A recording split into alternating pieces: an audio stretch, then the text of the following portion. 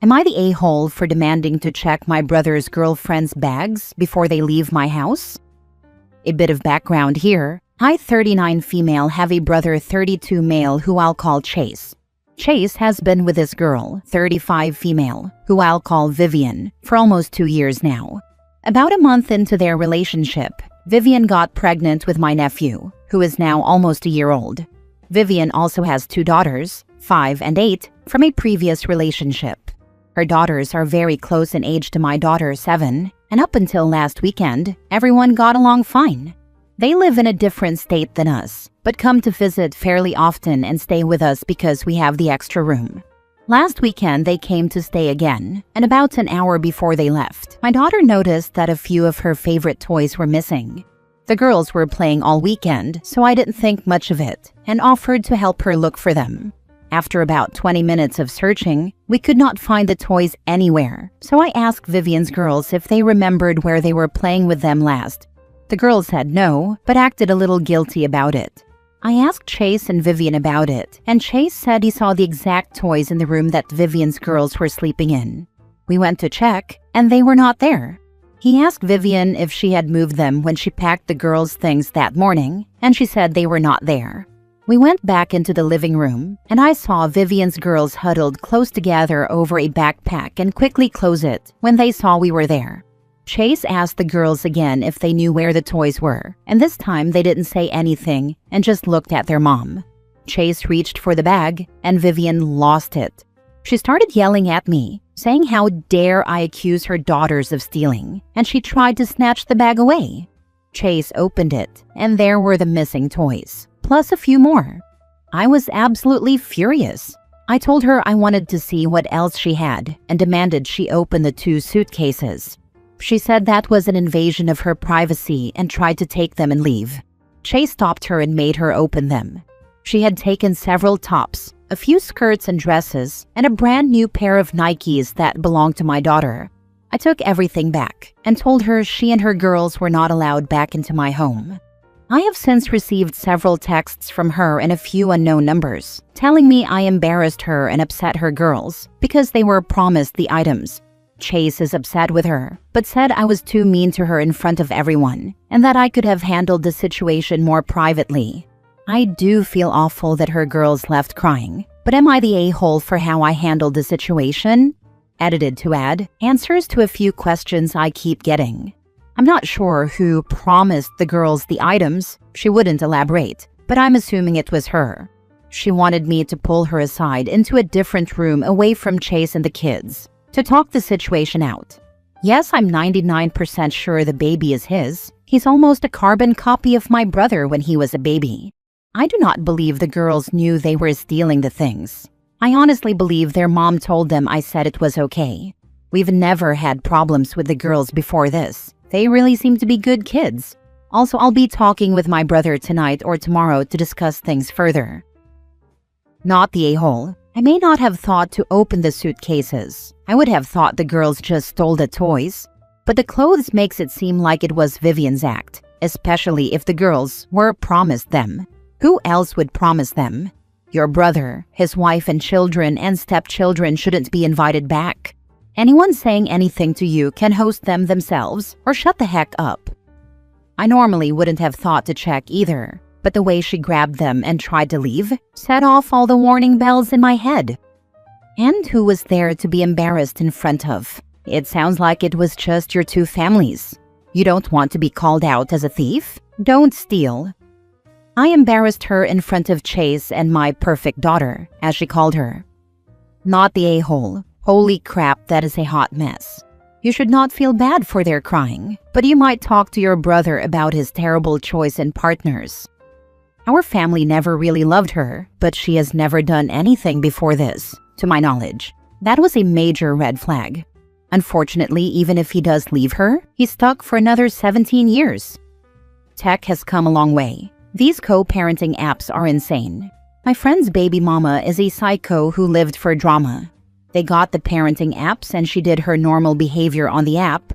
She lost custody for a while since those apps are monitored. She claims to have not known that. They have co-parented actually decently since she got some rights back. They haven't spoken a word to each other in 10 years. Lawyers handled all the details at first. That said, her kids hate her and don't speak to her anymore. Your brother is screwed and he knows it, so he is just running damage control. I'll give it a week or so and bring that up. Thank you. Next story. Am I the a-hole?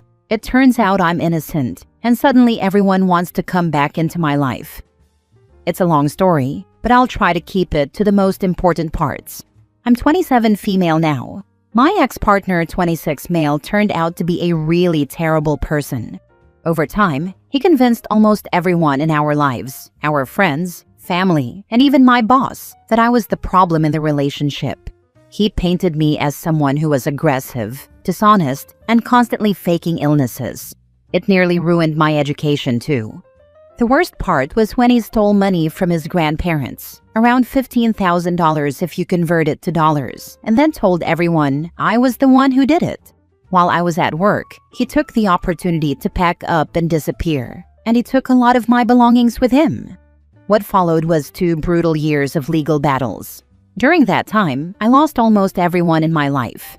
Friends, family, one by one they either distanced themselves or cut me off completely. No one believed me, and if someone did stick around at first, they eventually left too. Finally, in February, the court ruled in my favor. It was clear I didn't do what he claimed. The whole version of events he told people fell apart under scrutiny. As a side note, it also came out that he had been cheating on me for years throughout our 9-year relationship, and right after he was done with me, he tried to do the same thing to my best friend. After the verdict, some of those same people who had cut me off suddenly started reaching out again, acting like nothing had ever happened. There were no apologies, no acknowledgement of what I went through. They just tried to slip back into my life like those 2 years hadn't existed. At first, I felt strong and confident in setting boundaries. I turned them away.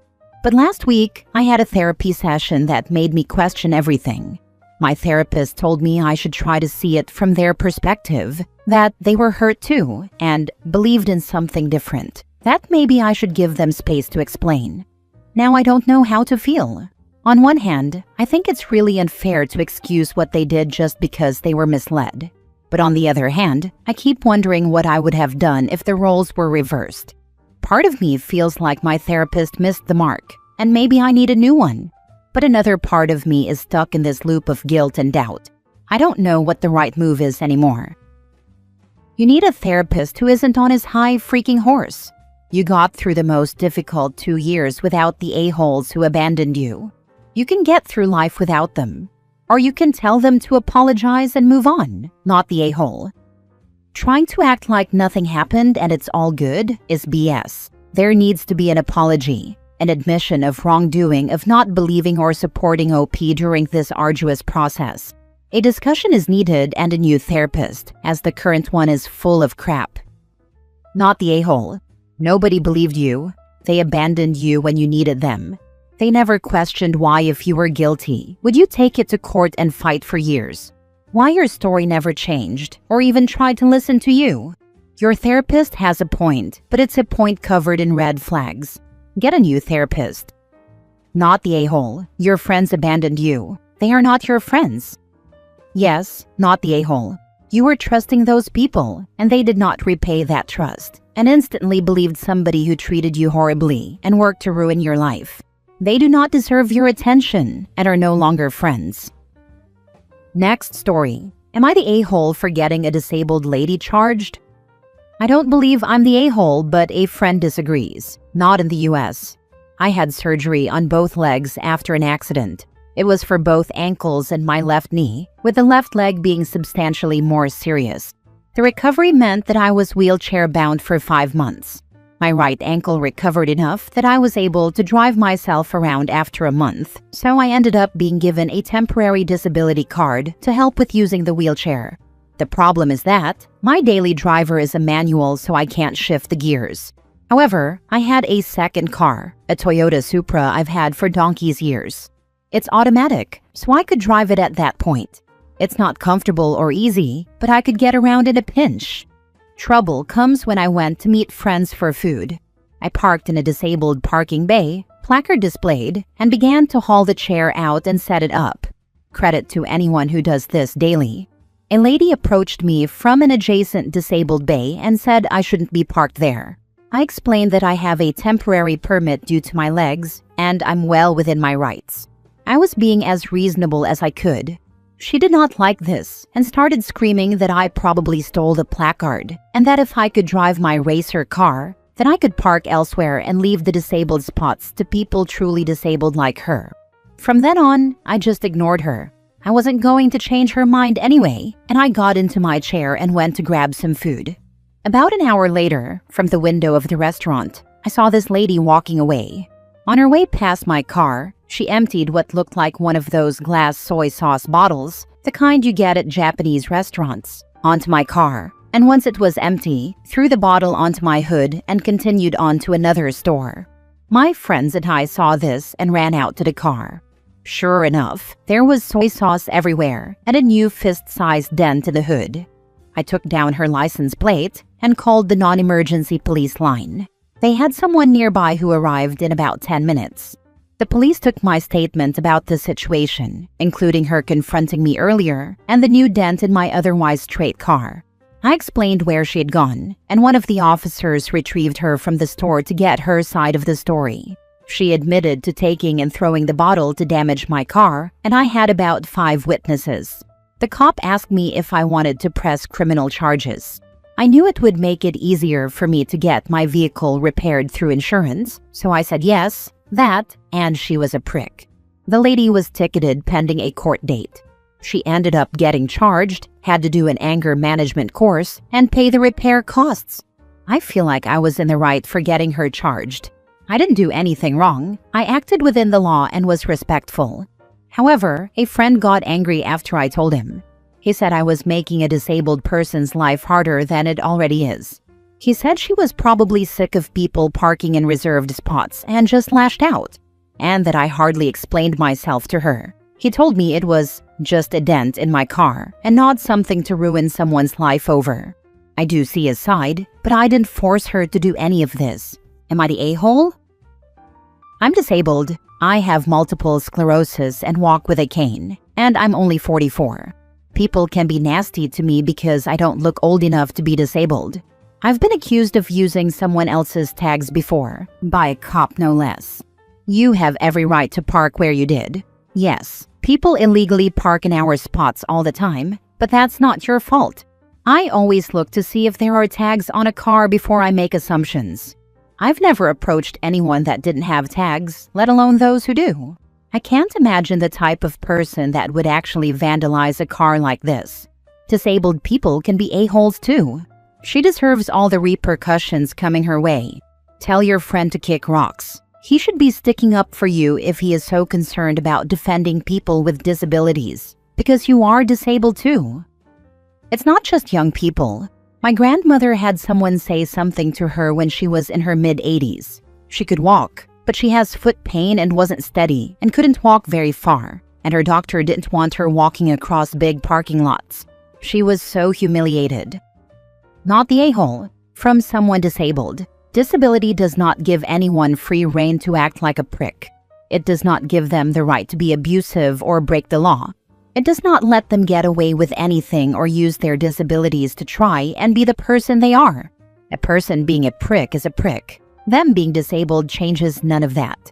They have consequences, the same as someone not disabled. So tell your friend from someone disabled. Don't be a prick thinking that being disabled lets someone act that way. It only goes to show how they enable someone to be abusive and use their disabilities as an excuse. Grow up. And remember that actions have consequences, and we are taught that as a child. If you can't act like an adult, then it's on you when it goes wrong. Last story. Am I the a-hole for telling my neighbor I am not her replacement daughter? I, 20 female, have a neighbor who lost her daughter in an accident 4 years ago. I've lived next to her most of my life, and we used to be relatively close. These people have a history of crossing boundaries and just being weird. After the funeral, she kept making remarks about how similar I was to her daughter, and her husband had to jump in at one point and say that I'm not her, that I'm my own amazing person. She kept trying to invite me over to hang out with her in the backyard every summer too. In August 2024, this neighbor was drunk in her garage, and I was talking to her when she called me her replacement kid. I didn't say anything because what the heck are you even supposed to say in that situation? Then she started acting like my mother that same summer when I was living alone, always asking me where I was going and who I was going with whenever I left the house. I told her nicely to stop and that she was not my parent. She did stop for a while. Then she started saying I was like a daughter to her and was always trying to hug me every time I saw her. And that made me really uncomfortable. At Christmas time, I got a long text from her basically trauma dumping about how her other daughter was in the hospital and how her cat had an ear infection. And she attached a very graphic photo of a severely bruised stomach. I did not want to see any of that. I did not want to be the person she keeps using as an emotional crutch. She refuses to get help to cope with the death of her daughter and keeps trying to use me as a therapist. So I told her this over text. I am very sorry that you've had a rough month, but that last message was such an inappropriate thing to be texting me. You should not be trauma dumping on your 19-year-old neighbor. I am not your therapist or your family. I certainly did not want to see that photo of what I assume is your daughter's bruised stomach. And I'm certain she doesn't appreciate you telling people her private business. Lastly, I need to make this very clear. I am not your kid. There is no our beautiful girl. I am not your daughter. And it has been making me and my parents very uncomfortable every time you've said that. I am not your replacement daughter, no matter how much you want me to be. The fact that you actually said that to me one night was insane. Wishing you a better new year.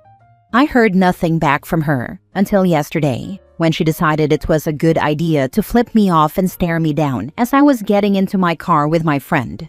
We were confused but left it alone because whatever. But when we came home, she started yelling, "Douchebag!" at me and screaming about how I would never be like her dead daughter and how much better than me she was.